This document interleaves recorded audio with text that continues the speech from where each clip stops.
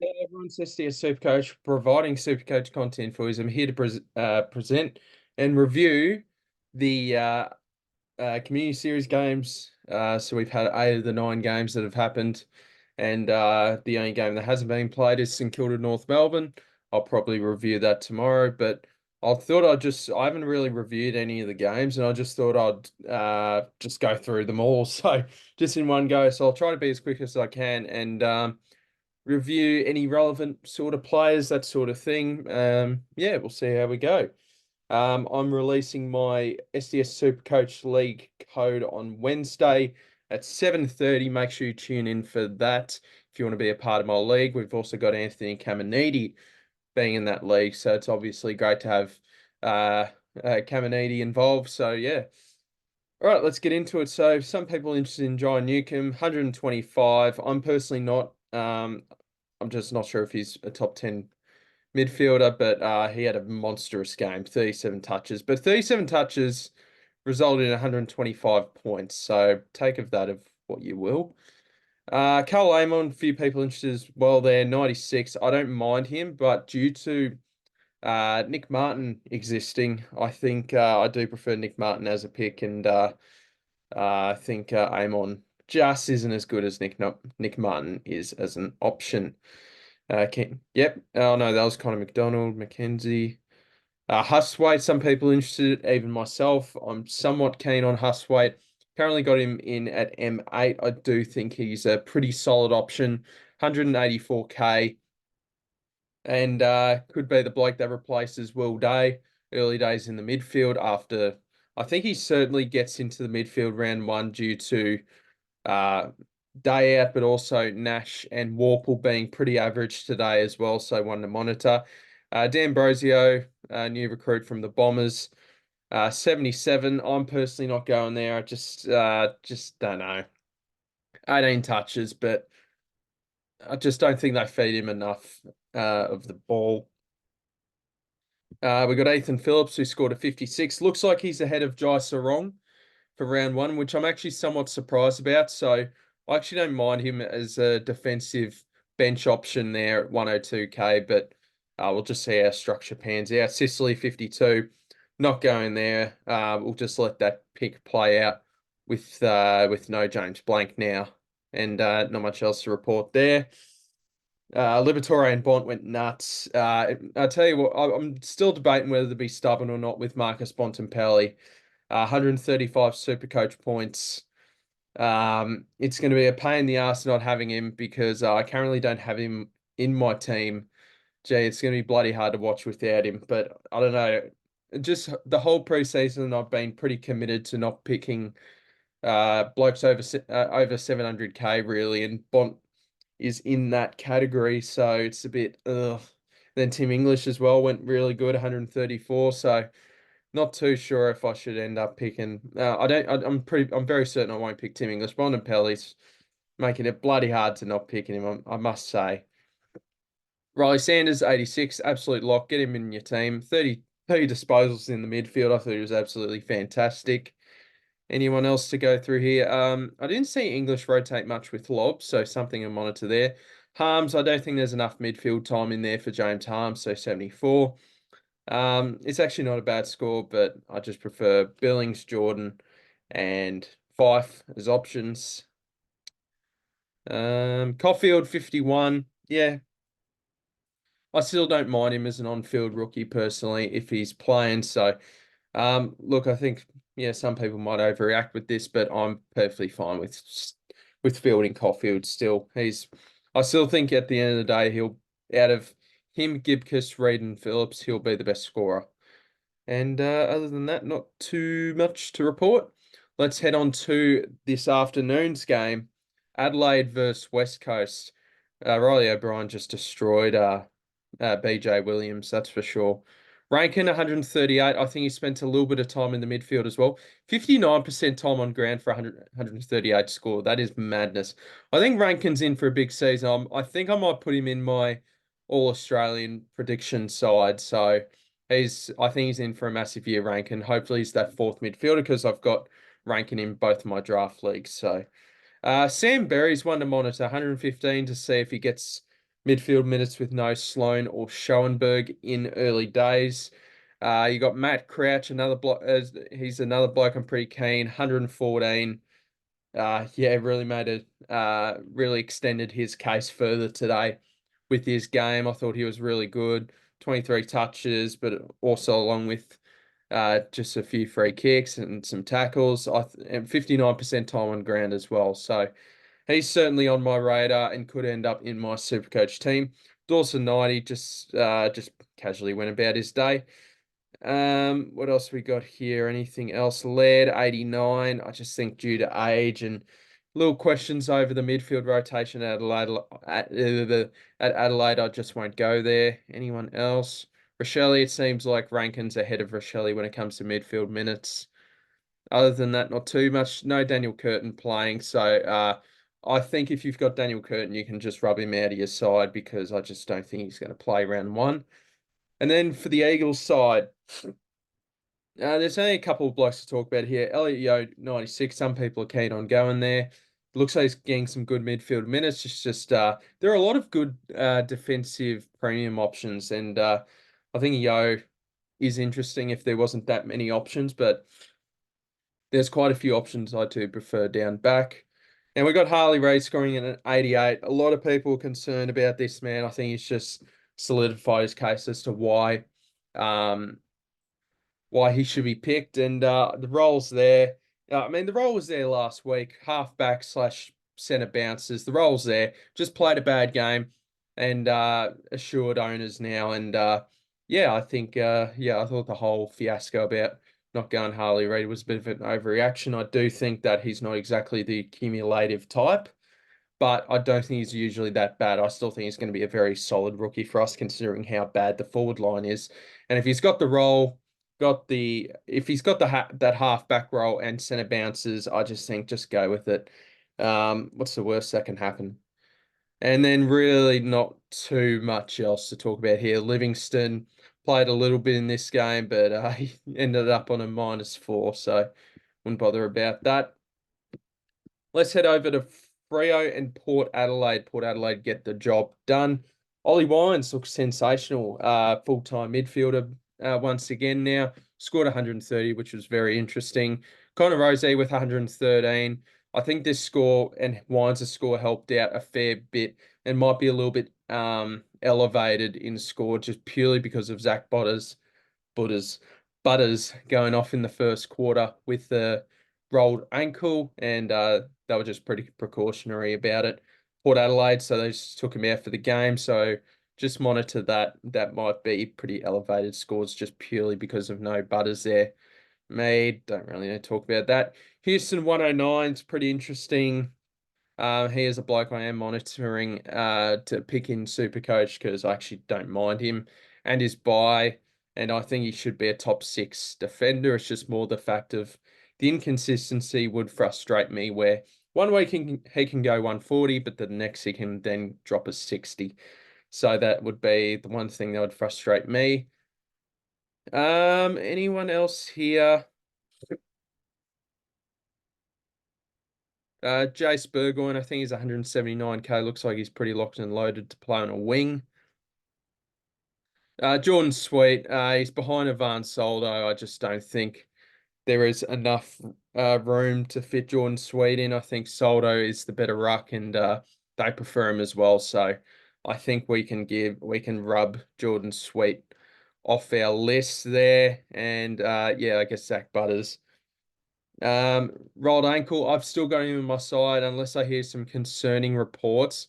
There was a little thing that concerned me that apparently a couple of weeks ago a similar thing happened, and now it's happened again. But if I hear anything worse, I might take him out. But I just love Zach Butters too much as an option to take him out for now. As long as he's in round one, then I'll pick him. Of course, as I said, unless there's some concerning reports. Fremantle.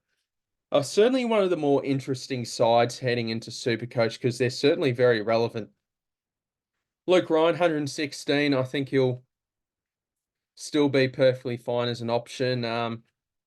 There's a chance Jordan Clark will eat into his score a fair bit, but I don't think that's too much of a problem for Luke Ryan. I think he's still going to be 105 plus territory. Hayden Young, 115. full-time midfielder. As I said on Twitter, do not overthink this. Hayden Young is a pick, and he's a very good pick. Just go with it. I'm really impressed with how much he tackles. 7 tackles here. Getting on the scoreboard. Just pick him, please. I've currently got Caleb Sarong in my team, partly due to the bye. But what's he got? 29 touches overall, but didn't really do much else. I kind of want to pick a Fremantle player, but yeah, I wish I saw a little. Like Sarong isn't the type of bloke I'd usually pick in my starting team, but here we are with Sarong, probably just due to the bye, and not many other premium midfielders really standing out for me. Andy Brayshaw, he's off my list. He had 7 less CBAs than Caleb Sarong. So if I am going to pick a Fremantle midfielder, it will now be Caleb Sarong. Not getting enough time, Andy Brayshaw. I mean, they basically played the same time on ground, and Sarong had 7 more centre bounce attendances. So it's like, no, I'll cross Brayshaw out now. Nat 572, 26 touches. So would have been, yeah, just I don't think he did too much else other than get the ball. But 72 is still perfectly fine for his price tag. Oscar McDonald I thought was really good for Freo, but I think he'll just miss out. I think he's more depth. Sean Darcy didn't really do too much, but 40% time on ground, I wouldn't bother with that. Jeremy Sharp, 51. I think this is still perfectly fine for a rookie. I mean, he's a winger, so that obviously hurts him, but he's a few years older than yeah, like it's similar to Caulfield. He's an experienced player, like Caulfield, should be perfectly fine still as a rookie. And not really too much else to report there, so we'll move on to Geelong versus Essendon, my 2 least favourite clubs. Sorry, any Geelong and Essendon fans out there, but just not a fan. Anyway, we'll carry on. Max Holmes, 108. I feel like he's pretty underrated and when it comes to a SuperCoach pick. But one thing I did see in his post-game match interview was that he's not really sure what kind of role he's going to play every week. So that certainly concerns me. And he's more one of those where I'll just let this pick play out. I prefer Nick Martin as a pick, and I'll just see this play out. So I'm pretty happy with Nick Martin. So I don't need all 3 of Amon, Holmes, and Martin here. One's perfectly fine. Ollie Dempsey really did interest me. He was pushing up from forward into the back line, so obviously has a good work rate. Do like that, pushed up the ground, got some touches, kicked a goal. I think he's certainly best 23 for the Cats at the minute. Jai Clark, 123k, scored an 86. He's perfectly fine on field or on the bench, whatever you prefer. Seems like he's getting midfield minutes now, so just monitor that because yeah, I think Jai Clark. I was a bit skeptical with him because I just wasn't hearing that much about him. I'm perfectly fine with the the Jai Clark pick. Tom Stewart, 74, just didn't really get out of first gear. I'm not too concerned. I think Stewart's still going to be Tom Stewart at the end of the day. Yeah, just didn't really get out of second gear. So pretty happy with Stewart still as a SuperCoach pick. Very likely that I do pick him at the end of the day. Anything much else? Jack Bowes was actually really good when he got onto the field because he was playing a lot of midfield. Tanner Bruin didn't do much. And Sean Manor. Actually, 2 more to mention here. Toby Conway didn't play. Doesn't look like he's best 23, so best to rule him out. I think the play now is either Livingston or Sam Naismith. So I think Naismith's easily the best chance of playing.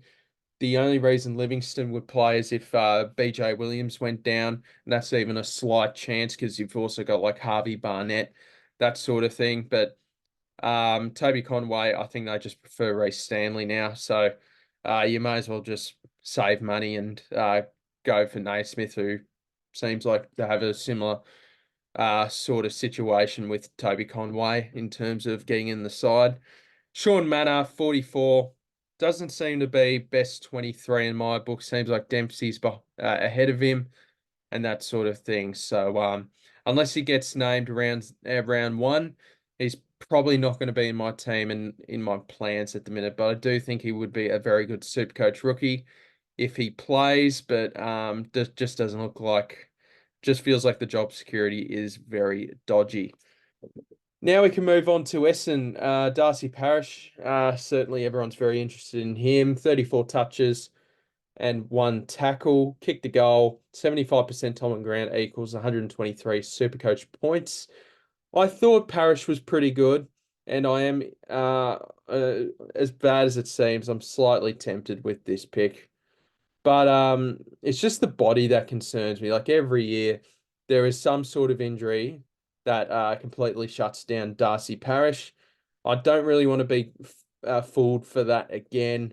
Um, Fool me once, shame on you. Fool me twice, shame on me. That sort of situation where, I mean, I'm just seeing in my head, I'll happily bet against people thinking that Darcy Parish will play 23 games of footy just because of how many soft tissue injuries he's gone through. And also, I don't think Essendon have very good medical staff as well. So I don't have much faith in them being able to keep Parish injury free. Zach Merritt, 111. I think we can get him cheaper during the year. Nick Martin, I'm very hot on, and he is basically a lock in my team. They're feeding him the ball. No Jordan Ridley for a little bit as well, so they'll help Martin out even more with kick-ins, that sort of thing. So yeah, I really like Nick Martin. Zach Reid scored an 80, which is really good. I would put him on my defensive bench. I don't think I would field him, but it's good to see.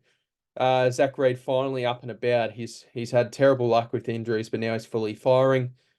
And is there much else to report about Zardes? I don't think he's really a forward option to me. Let me know if I leave anyone out in the comments down below, and I'll respond to you. Nah, don't think there's really much else. Let's head over to some of the other games now. So, what's this? GWS Gold Coast. You guys have probably seen a lot of these reviews now. So I'll quickly just skip through these really quickly because you guys have probably all heard what everyone's thought about them. Tom Green being Tom Green, I thought he was sensational. Briggs is a really sneaky pod ruck pick, so I don't mind that. Toby Green, it's just the inconsistency. Himmelberg, just don't think he'll average enough to be a top 6 defender.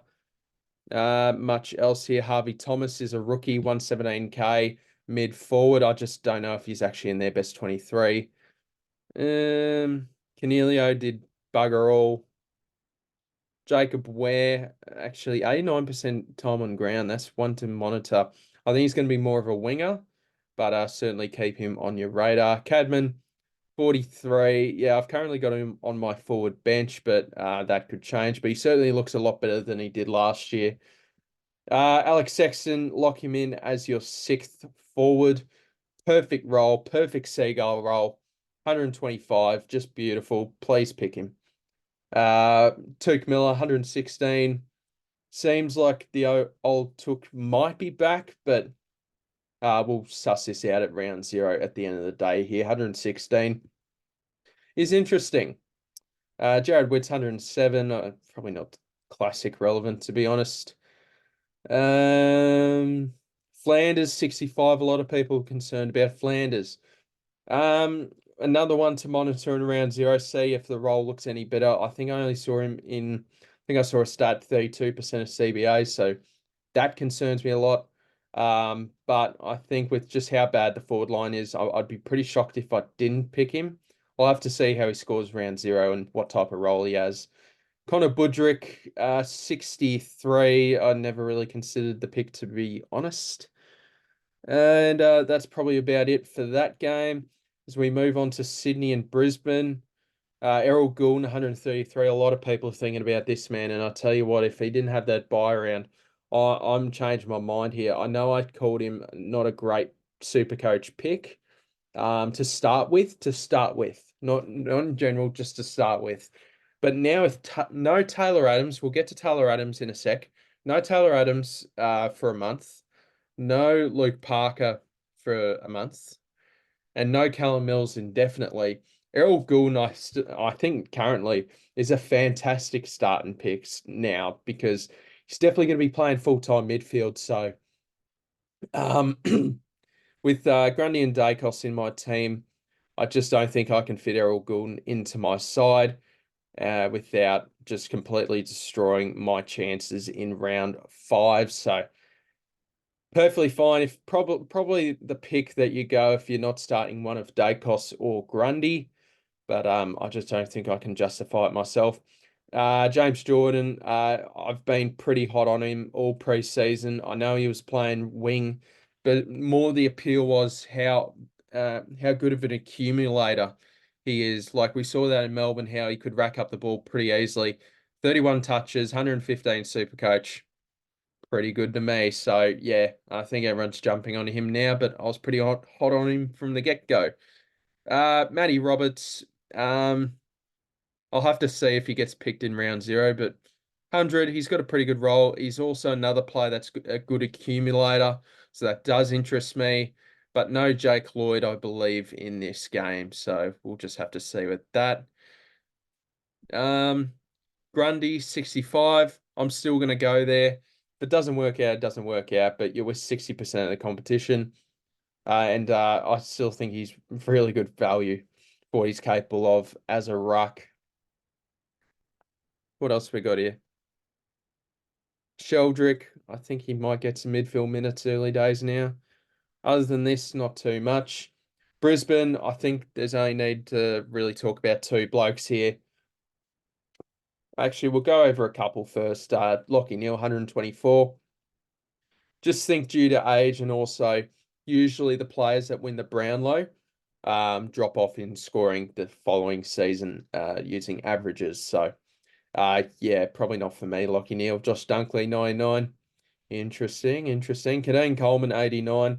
No Connor McKenna again, which I would have preferred to have seen how the split would have been with Coleman and McKenna scoring wise. But I'm not going Kitty Coleman, but good on you if you do. Jimmy Tunstall played a lot of the games, 73%. He's a 123k rookie midfielder. So something to see there. Other than that, not too much else to talk or think about. All right, let's smash through these last 2 games because this happened a couple of days ago now. But got Carlton versus Melbourne. Where do we start here? Carlton is really, really not too much to talk about here. I almost reckon we can just maybe if you're considering Fantasia, he did one interesting move in the midfield and then did bugger all for the rest of the game. But yeah, nah, not much to talk about there. Let's get to Melbourne. Max scoring 185 Supercoach points. Bang! If you haven't got him in your side, really do think you need to consider getting him into your team now with that mammoth score of 185. Like solo ruck. I mean, I guess Shaki's chipping in, but nah, Gawn's back at his best at the from what it seems. So pretty happy with that as a pick. Sparrow, look, just keep an eye out for him as a breakout candidate with all these Melbourne midfielders leaving or dropping like flies at the minute. So I think Tom Sparrow could be in for a great year, along with Viney, along with a couple of other blokes here. Salem looks like he might have moved into the midfield. Who else we got there? Petrarca just took it nice and easy. I wouldn't be concerned whatsoever. Jack Billings, I went over Jack Billings. Really good, 91. I'm locking him into my Supercoach team, so I would recommend you guys to do so as well. I do like the role. Wing half forward, sort of pushing up around the ground. He's had a hamstring issue or 2 during preseason, but that's not enough for me to not pick him. Sorry, I've been going for a while, starting to get sore in the mouth here. Caleb Windsor, a lot of people were very pleased with his game, and so was I. I thought there were some nice things. 11 touches, 2 marks, a couple of tackles. Oh no, sorry, I'm reading the wrong line here. 11 touches, a tackle and 2 goals, 66% time on ground for 77 SuperCoach points. For me, he is still a watch for me, just purely because of still a first-year player playing on the wing, 180k. Not exactly my kind of pick. So I'm going to need to see how he scores round zero. Something similar to this. If it turns out to be good for his price cycle, then I will pick him. But I'm just not quite on the pick just yet. Bailey Laurie did some nice things. 73% time on ground for 58. Not, you could go worse than him. And other than that, not really too much else to talk about. And lastly, we'll head into Collingwood Richmond. Once again, with Collingwood, there's not too much to talk about here. Pat Lipinski, 126. Some people are considering him in SuperCoach. I would just, please, I'd just monitor this pick in round zero. If he scores, very solidly again, then maybe something to think about. But look, I wouldn't be going there. Just a couple of really solid games, maybe just a good year coming up for Lipinski. Doesn't mean that he's going to be if he has a great year, doesn't mean that he's going to be a top 6 forward. So we'll see how he goes against the Giants. Nick Dacos played 3 quarters and scored 102. Yeah, I don't want to worry about this, trying to trade this bloke in or whatever. Just getting him in and letting the others worry about it themselves. So yeah, very happy with Nick Dacos there and with his game and him being in my team. And other than that, Charlie Dean, I don't think he's best 23. And I'd happily rule out Finlay McRae being a SuperCoach pick. He's obviously a very talented player, but obviously, again, 36% time on ground tells me that he's not best 23. So I'd happily rule out Finlay McRae as a pick. So, yeah, Jaden Short's got a very nice role, scored 120. The body does concern me when it comes to his soft tissue injuries. But I do think he has a very good chance of actually becoming a top 8 defender. I know a lot of you will think in every preseason game he does this, but I think new coach, he's sort of got that old rollback that he used to have. But now some other players sort of ate into his role, that sort of thing. But it looks like he's the top dog in defense now. Who else we got here? Thompson Dow. Some people are considering Thompson Dow. I personally won't be. I just think there's, better options at a cheaper price that could do a very similar thing to what Thompson Dow's doing. Like Henry Hustwaite, for example, I do prefer him to Thompson Dow. And yeah, just personally not my cup, not my cup of tea, Thompson Dow. Shy Bolton spent a bit of time in the midfield. I just think he's going to be an absolute roller coaster, this bloke. So for that reason specifically, I mean, a great player to watch, but just going to cause me too many headaches week in, week out, this man. Sam Naismith, the crayfish, I thought was sensational. Hopefully becomes a pick for us, but that's not a guarantee. I mean, I think he's probably the favourite to be everyone's R3 spot just due to Toby Nankervis not fully being confirmed to be playing round zero, because that open up the door for Sam Naismith to be involved. So he played a really good game here against the Pies. So we saw he's a competent ruckman. It's just more about getting the body right and getting an opportunity. So hopefully for Sam Naismith, it's been a long and grueling AFL career. Hopefully he can get a good run at it and hopefully become our R3. Dusty, I would rule this out. 28% CBAs. I know he looked a bit off pace a bit here in a practice game like he usually does, but he's not on the good side of 30. And look, I think I'd be shocked if he played 23 games in a year. You certainly want to be picking blokes that you think you have confidence in being able to play week in, week out. And I just don't think Dustin Martin is that. Liam Baker, I thought Richmond looked better with Baker in the midfield, so only scored a 62. I hope Richmond experiment a bit more with Liam Baker in the midfield, because that's a kind of pick I would be very interested in at some point. Josh Gibcus scored what did he score? A 62 as well.